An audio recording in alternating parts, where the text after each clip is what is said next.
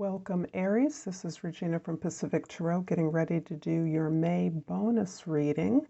This is inspired by the current energy of the solar eclipse in Taurus, where I believe that we are collectively channeling the intuition of the universe through our own intuition in order to make the changes that we may have never felt we were capable of making in the past, or going for those desires, those goals that we never felt were within our reach. So this is a beautiful spring energy, and I wanted to honor it with a bonus reading for you, for every sign. If you enjoy this reading, if you find it useful and enjoyable, please like and subscribe to my channel.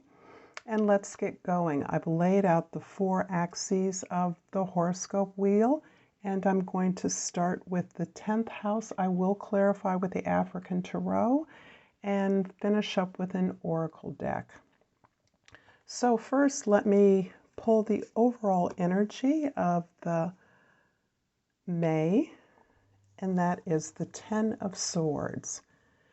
In this instance, Aries, I really believe that the energy that's being shared with us is that you have done a lot of the inner work required to release and let go of old failures, old disappointments, unhappinesses, things that you felt would be potentially more beneficial and that never came to that positive conclusion. So this is you at the end of a cycle of really trying to understand the pain and healing that has blocked you and led you to feel that you had to fulfill the expectations of others. So this is indeed, as a number 10, it's a portal, it's a wheel. You are being ushered in to a new level through your own strength of purpose and profound resourcefulness. So let's start with the midheaven card. This is the Lovers. This is the place where you are seen by others, what your social role is, and the part you play. And this card, Aries, is indicating that you have a very important decision to make. So this is you in a relationship or having to make a decision about the direction in which your relationship or your work will go. And this is giving you the confidence that you have learned to successfully discriminate between the opportunities before you, the decisions before you, and you've learned to make choices that ultimately benefit your highest path. So whatever the choice is that you're deciding upon, whichever the way you want to move forward, you are very much in concert and communication with your higher self. If this reflects a partnership, this is a partner who is deeply connected to you, is confident and trusts in your ability to choose what is best, to know what is best. It's a place where you have, by virtue of owning your own authority, being your own best authority, have engendered the trust and the confidence of the partner to make the best decision for the both of you. This is you moving always towards a deeper knowing of yourself, and it also springs from the deeper knowledge of who you are and what your capacity is that is inspiring you to make this choice that is taking you to a successful victory. In your first house, we have the Tower card. So this is the second major arcana card. The Tower card is very much emphasizing the beautiful conjunction of the solar eclipse, sun and moon in Taurus, with Uranus. Uranus being the planet of deep universal inspiration and intuition. And this is where you are able to integrate the lessons you've learned from your own inner work, your own really clearing out and opening up the deep information within your subconscious so that you can receive new information that is coming to you that is impacting the entire world. You're able to receive this information, receive the impact of unexpected events, and recognize the value moving forward for yourself and your entire community. So this is you in many ways, again, as you have been getting this for the last, at least the last month or so, as an agent of change. This is you recognizing the ways in which we must all accommodate the world as it is changing, taking the information, recognizing what of this is useful and what of this change will be for our ultimate benefit, and sharing, supporting others to understand the value of these sometimes catastrophic and disastrous changes. In the fourth house, you have the Two of Wands. And this is really emphasizing not only the nature of the change that you are making socially, that others are recognizing, that are a part of your relationship and your community direction, but this is where in the fourth house, we are coming from our own root source, our own root energy. This is where our ancestors speak to us, where we are culling our own memories and our own histories so that we are gathering up the reserve, the resources, the energy that we need to move into a new and unfamiliar direction. And in the seventh house, the house of your significant others, relationships, not only with other people or groups of people, but with your heart's desire. So this is also that relationship between an artist and the artist's audience. The Six of Pentacles is indicating beautiful balance, and really in many ways is reflecting the sixth energy of the lovers. This is where equality and equity are equally important. Balance, harmony are beauty. And this is a value that helps you to recognize your own capacity for generosity and your own ability to be discriminating as you select where you are investing your resources. Who do you often avoid or leave out of your community and your generosity? What is being neglected in your relationships that you now recognize require your attention and tending? I'm going to clarify with the African Tarot, which has been already shuffled. I'm going to start with the first house to clarify. And for the second house, I have the Knight of Swords. For the third house, I have the Two of Pentacles. The Knight of Swords is really emphasizing your ability to understand the intuitive and universal nature of the information that you are receiving, how that reflects upon your own thought processes, and it enhances your desire and energy to explore new ideas and new concepts as you are internalizing these events that may appear disastrous, certainly sudden and surprising in your community or in your world. The Two of Pentacles is mirroring in some ways the Two of Wands, but in the third house, this is your communication, and this I understand you to be learning as you're going. So there's a lot of new information coming towards you. There has been for a while, Aries, and you've been really sensitive to it, but you are really trying to dance and keep up with the wealth of information and news that you are absorbing and integrating into your life so that you can maintain a perspective of the way things were and the way things can be, that you're able to communicate and share with your intimates, in your community, in your neighborhood, in your groups and community of intimates. We have the Two of Wands in the 4th house, and that's clarified by the King of Swords in the 5th house and the Five of Wands in the 6th house. So we have, again, an emphasis on your perspective, your ability to be inspired, your desire to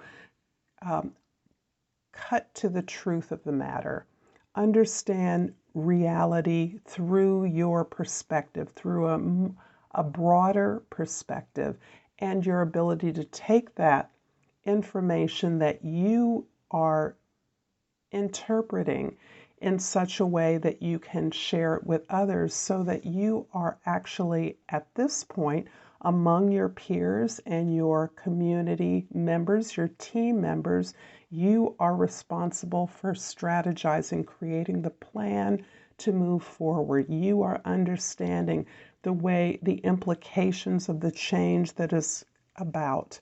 And in the 6th house, interestingly, this is really supporting the information so far that you understand that your daily routine, your daily habits, your habits of mind and body are part, in order to become more efficient and more productive, are all undergoing a change that you are indeed learning along with team members, peers, partners, and family members.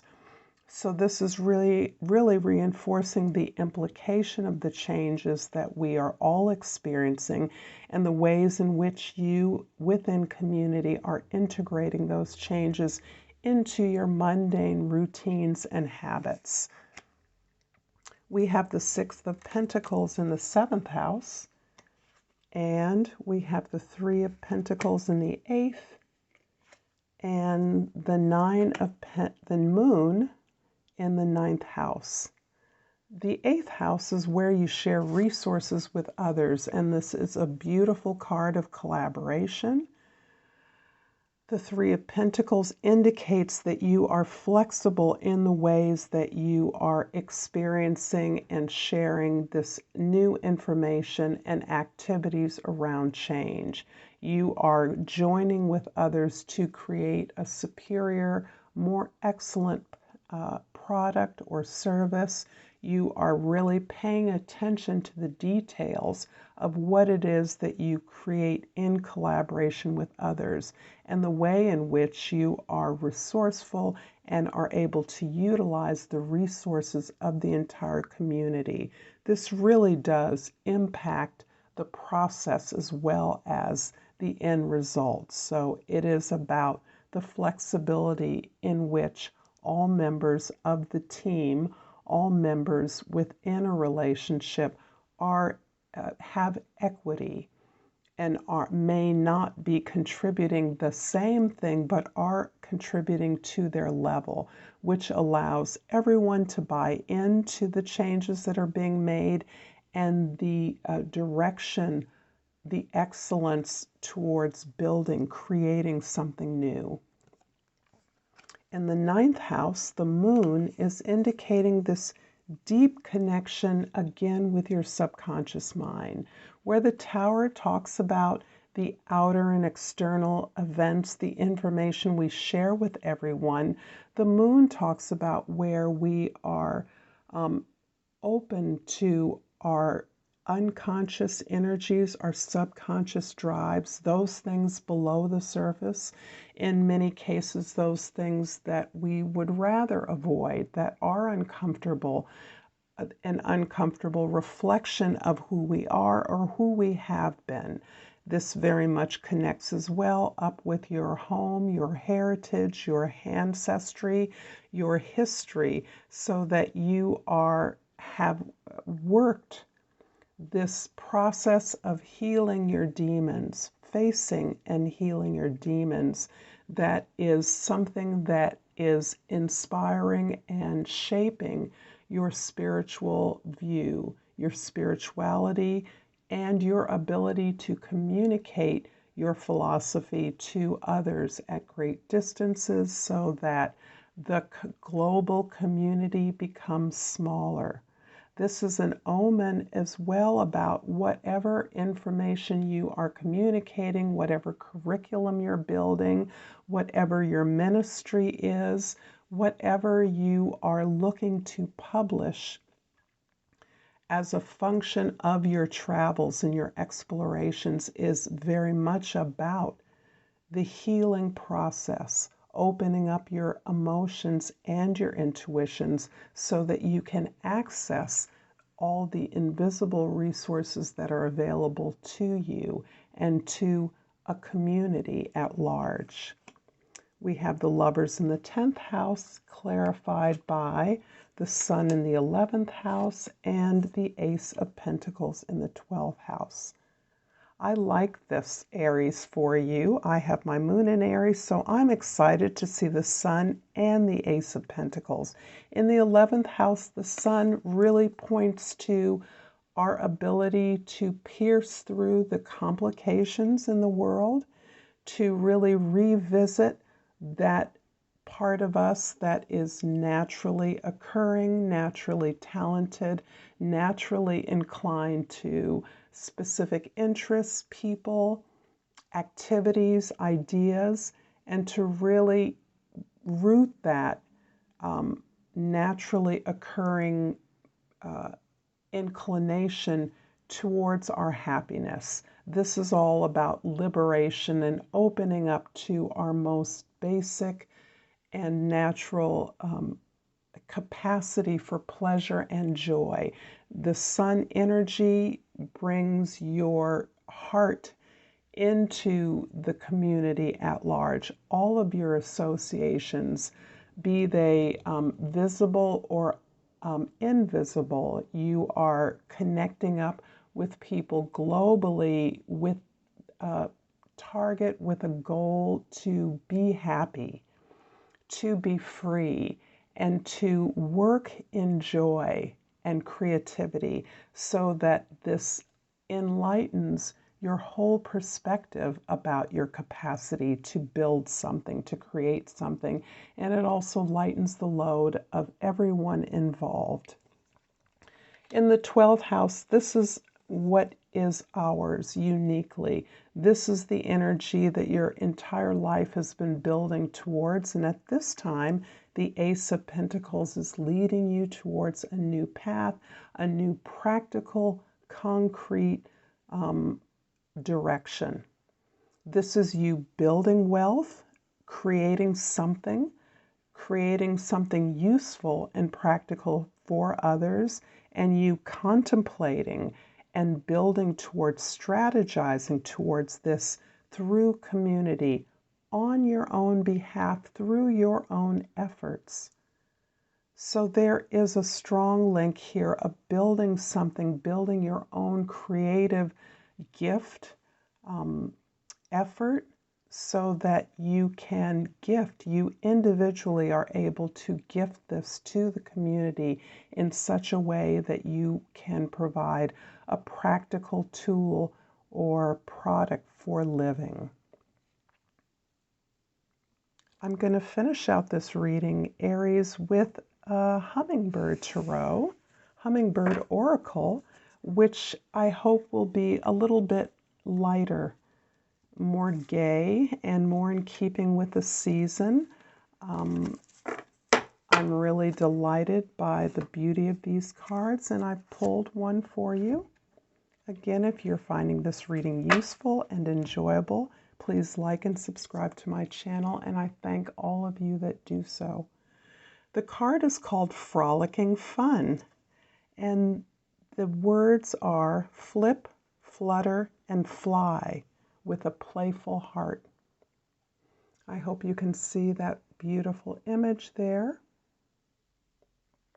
And I'm going to leave it here, Aries. I thank you for your time and attention, and until next time, namaste.